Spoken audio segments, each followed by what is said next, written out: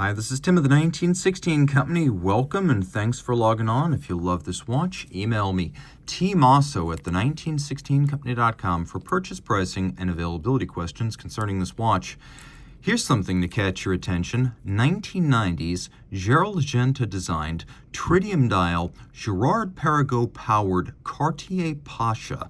This watch right here, emblematic of the Pasha as we know it in the modern era, designed by Genta and launched in 1985. It is arguably the preferable model, as the other, produced for much of the 80s and 90s, featured a grid of bars across the dial. So this one, featuring some of Genta's best work of the 1980s, feels remarkably fresh today. Even against the current version of the Cartier Pasha, this one can more than hold its own. We're going to go through all those features. So it's not a big watch. At 38 millimeters in diameter, it's delightfully thin, 10.1 for a dive-style watch. That is delightfully thin. 45.1 from lug tip to lug tip, and of course it uses hinge lugs. So the watch here is a lovely piece that's really suitable in today's world for a man or a woman. It's simply not that big. It's got a lot of presence because of the powerful shape. It's a forceful design, and also the presence of two-tone, which has a large visual impact. But you can see down the barrel, the edge of the case is nowhere near the edge of my wrist. So I could recommend this for a wrist as small as 13.5 centimeters circumference, and it will absolutely fit underneath the dress cuff. The bracelet's a lovely piece. It's rare that we see notable Genta bracelet watches that were not of the integrated variety, but Genta designed hundreds of watches in his lifetime, and the bracelets to match. Here you can see we've got a hinge style lug, and then we've got a combination of polished, satinated steel and gold elements. Taking a look in profile, you can see we have removable links fixed by screws, and that on both sides of the clasp.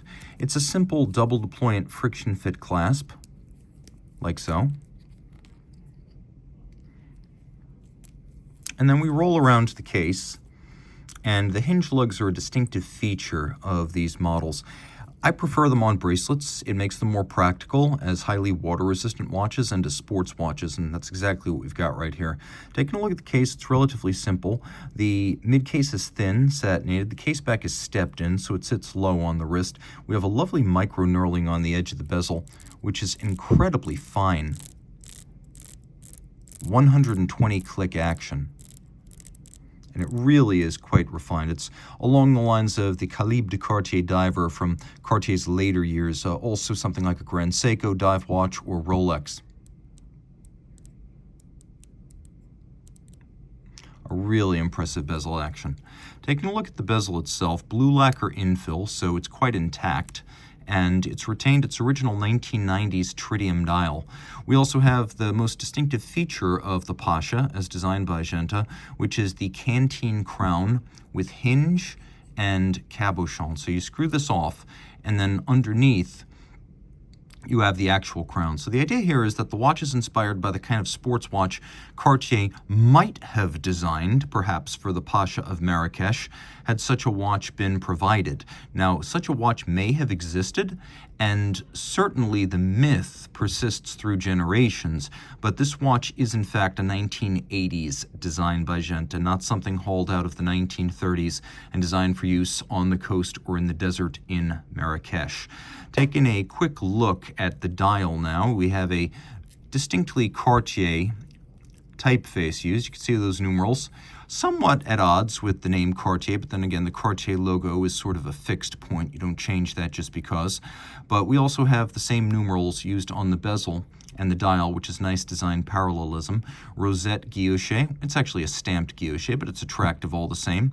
And then you can see that we have these little applique indices, and this is all tritium, a T-signed dial, and both indices and hands are faded, formerly radioactive tritium. Still radioactive on some level, but with a 12.5-year, maybe 12.7-year half-life, it is no longer luminescent. So if you turn off the light, it will fade very quickly. Around back, one of my favorite features here, we've got the Girard-Perregaux 3100 here doing business as Cartier caliber 191. Unidirectional winding, 4 Hz beat rate, 27 joules, 46-hour power reserve, hacking seconds, and a quick set date. You can see the Cartier monogram has been applied liberally to the rotor as well as the bridges. We have engine turning outboard, polished screw heads, And perhaps my favorite detail, the elaborately solarized barrel cover and ratchet wheel. The bevels are actually pretty credible, and you can see that here from this angle as they do catch the light and shine. And then it's a reasonably thin movement that's renowned for excellent timekeeping when it's been tuned by a master watchmaker. So it's a very fine high horology automatic, and it launched in 1994. This watch came out sometime after that, but probably before the year 2000 due to the use of tritium on the dial. And again, 100 meters water resistant, so this is a true sports watch and a fun piece of modern Cartier history and a bit of an undercard to the Girard-Perregaux sports watches of the 70s. Nevertheless, this is an important chapter of his long and illustrious career and one of my personal favorites. So reach out to Team Mosso at the 1916company.com for purchase and pricing details.